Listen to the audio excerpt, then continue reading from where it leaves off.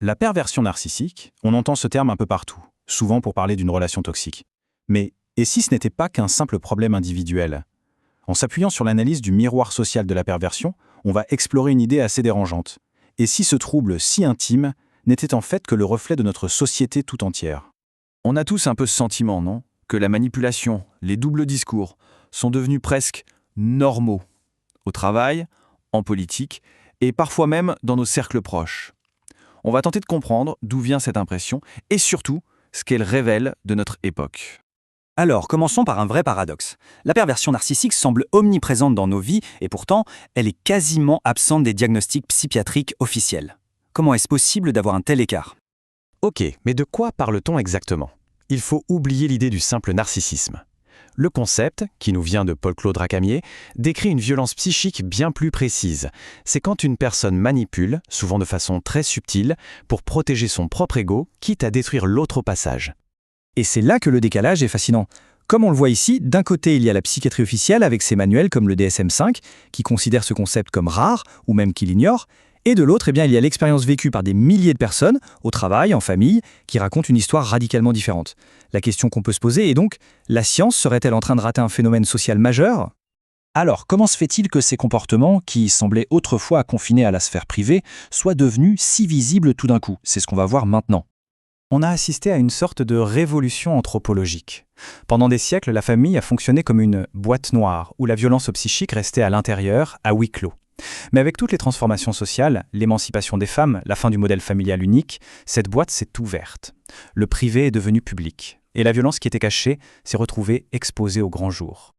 Mais le phénomène ne s'est pas juste montré au grand jour. Non, il a aussi changé d'échelle. Il est devenu un véritable modèle de gouvernance pour nos propres institutions.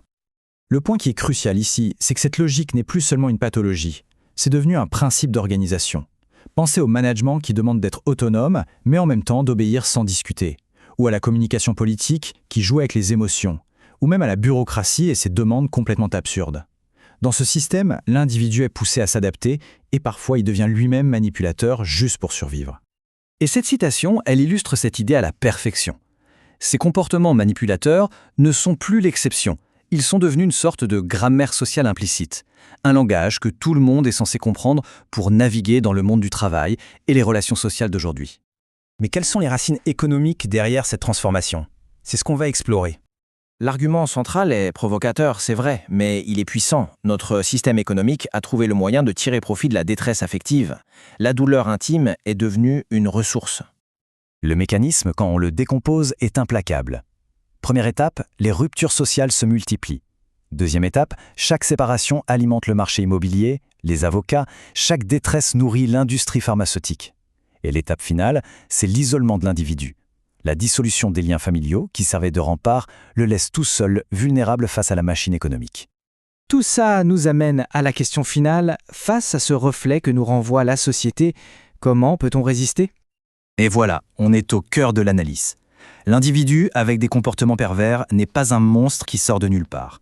Il est le symptôme et le miroir d'un système qui encourage, et même qui récompense, l'isolement, la compétition et la manipulation pour arriver à ses fins. Face à cette situation, un choix fondamental se présente. D'un côté, il y a la stratégie individuelle. On s'adapte, on apprend les codes pervers pour s'en sortir. Mais c'est une voie qui mène à toujours plus d'isolement.